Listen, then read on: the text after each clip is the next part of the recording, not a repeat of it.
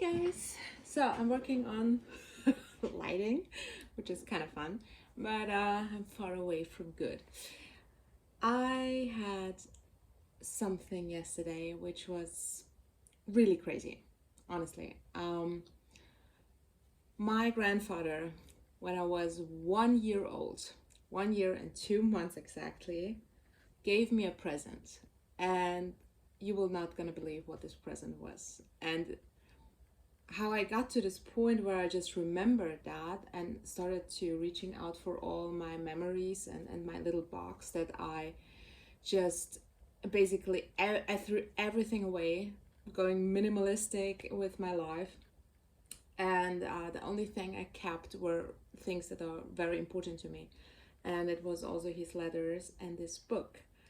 And yesterday I went with my son to church and we were sitting there. I don't know what it was, and I was just looking around, and uh, I had seen all these older people, some really being sad, that I had the feeling that they just lost somebody, and that they are there because we had the day of the death, or how you call it, on Friday it was. And I don't know, I felt a little bit like their energy was there.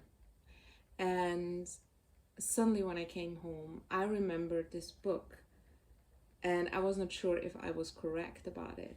And I found it, and it's called Meat. The damn book my grandfather gave me, and he even signed it, in 1990, exactly 2 months after my first birthday. He gave me a book called Meat. I don't know why. And I'm gonna ask my dad if he can remember why he gave me that. But this is crazy. This, do you know what I mean? It gave me the feeling, asking really sometimes just out in the air, is what I'm doing correct? Am I doing the right things in the end? And having this in my hand with some very old recipes for meat, I just figured, I would love to make it someday, just to honor him. And to can do that, me being carnivore, this was crazy. So I wanted to share that. It's very personal, but that was, you know.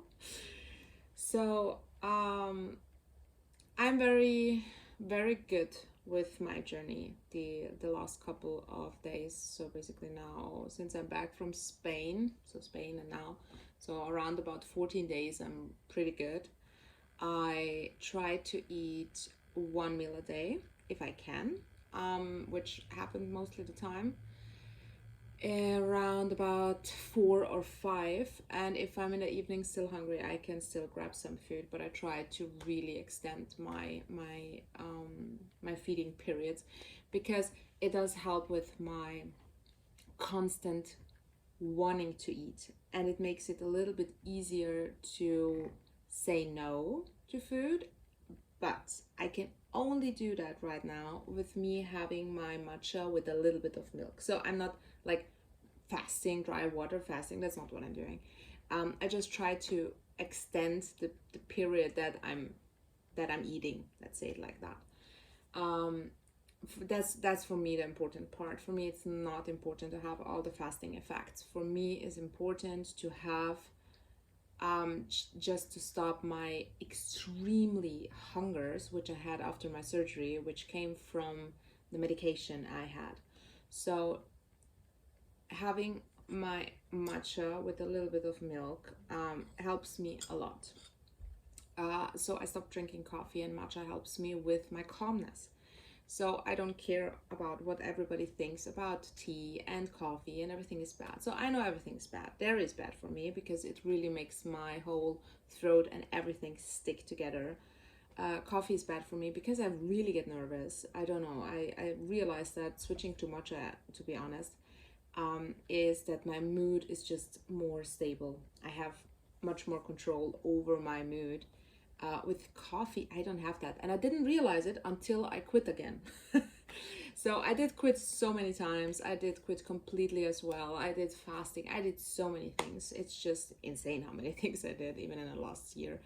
Um, so I'm working on my journey, on my balance, and how I can implement it. So that's what I can give you as an advice. What everybody's saying is just a little bit of an impulse of inspiration. You don't need to be doing that. You need to find your times, your fasting windows if you want them. If you want to eat 10 times a day and it helps with your mood, but maybe not your weight, adjust it a little bit. So just these tweaks along the road, people online or doctors should just be an inspiration and not a guideline, because one thing that we often do is overthink things, and we try to be as best as possible. We try to be exactly like this person or exactly like that person, and you can't be like them. So in my Spain video I explained it, because I talked to so many carnivores in the Spain retreat, and you cannot compare yourself with somebody who is doing that for years and years and years. That's one part. And also somebody who never had a sugar addiction, if you have one, who never had weight problems, if you have one, who never had diabetes or autoimmune diseases like you. And even if so, if you're still a person like me, exactly, even weight wise, a woman maybe, and have MS and all the issues that I had, you still cannot compare what I'm doing with what you can do, because your journey and your body is completely different. So that's something that I really, really want you to keep in mind, because that's so important. And don't let anybody bully you in, you are not a carnivore if you eat your fruits. Of course you are. Of course you are, honey. Really. Just don't give a F. If fruits makes you keep carnivore and eat meat every day, you are a carnivore. So many people, and I saw it in a retreat, are so afraid of people taking away the carnivore card. I think Courtney used the name, which I love. Nobody's taking away a carnivore card. You know, you are a carnivore, even if you're eating fruit, even if you eat maybe occasional vegetables.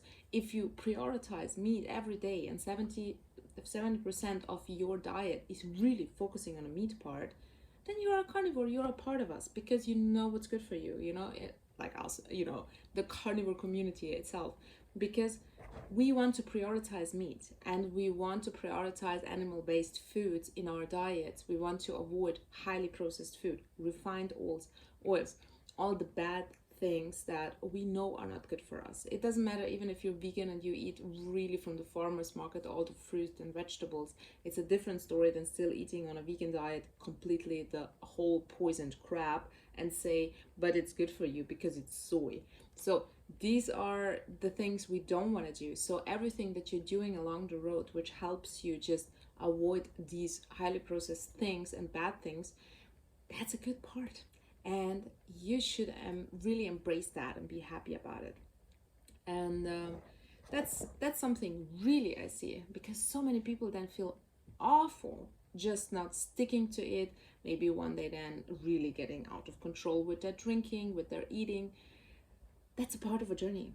And as I said, it's not taking away anything from this community. And this community, if it's the right one, it will stick to you. It will, celebrate you. It will help you and not judge you. And that's the most important thing. That's also what I did along my journey. For everybody who doesn't know me, because we have some new people here, is I'm just blocking really arrogant people, and I don't care about the algorithm or something. I'm just blocking it. I'm not entertaining any bad conversations about people's journey. So if somebody wants to judge that and be condescending about it, they're not a part of this community in my on my channel, because I'm just blocking them.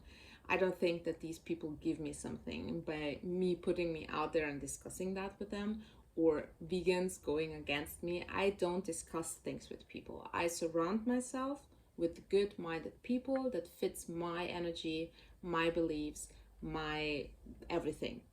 And that's for me important also for you guys to know. So if you're wanting to be arrogant and condescending about my journey or somebody else's, you're just gonna be blocked, because that's just not what we're doing here. I think it's a more important path to give people ideas and show them how you can change your life and how it can make it a little bit easier, and not just say you're not allowed this, you are not allowed that. And let me say you that I saw a video which is really that was very interesting. It's about actually parenting and how you treat a kid. And a kid, when you say don't do that, a kid doesn't understand that. In a kid's mind, what's happening is, oh, I should do that, she's giving me attention. It's like a dog. If you say no, he's gonna do it because you're giving him attention. So I don't compare kids with dogs, but in that case, it's just also the same idea behind the how you can implement something you want them to do. So it's not by saying no, and the same thing applies to you, by the way. It's about saying, oh, you know what? He's jumping on the couch. Please sit down. It's a different thing than don't jump. And if it comes to a dog, I say no. You're just gonna treat him right and say, come on, sit. Yes, good boy. And you can just have that same apply to you in your journey. It's not about no, you're not allowed this and that, no, and also about giving people feedback. It's about really telling them how to do it. So, oh, did you try maybe this, or did you try to cut out this? I saw some people that are really doing great without maybe coffee. If you can do it, that's an amazing step to go. And I saw so many people of you, especially in my community, just who write feedback like that, and it's just amazing to see that. It's very good because I don't have to feel like no, you shouldn't do that, because then my body goes into I'm gonna do it. I'm gonna jump on this damn couch because you told me no. And the same thing applies to nutrition. If you say to me, no, I'm not allowed to eat my cookies. If I want to eat my cookies, then I'm going to eat it. As now, I didn't say no, so I didn't want to eat them. And I didn't want to eat anything bad. I just eating all the carnivore beauty of foods. And sometimes I'm also implementing a little piece of banana like yesterday, but then I just thought, I actually don't like it anymore, really that much. So one important thing is that along your journey, your taste will change a lot. Believe me that. So if I, for example, had ground beef and sheep cheese months ago, which was my obsession. I had that every day. That was my go-to. Without that, I couldn't even breathe. And right now, I can't even look at goat cheese. That's how it is. I just can't. I prefer pure meat, really good ground and rump steak. These are my two go-tos. And that's what I'm buying at the butchers and trying now with, thankfully, my boyfriend. We are really trying hard to find right butchers because the meat taste, the difference, it's insanity. Really. My mom brought us meat from Bosnia. It tastes like heaven. Again, I was there the whole summer. I was so happy with the meat, and I came back and it was not that good. It tasted strange, and it was expensive meat from different butchers, different brands, everything I tried. So now I try to find a Balkan butcher because it seems like they are getting their food somewhere else. I don't know what they're doing, but damn it, it's different. And it tasted like this expensive meat in the restaurant, which it's grass-fed and this and that, but still have a price range which is affordable.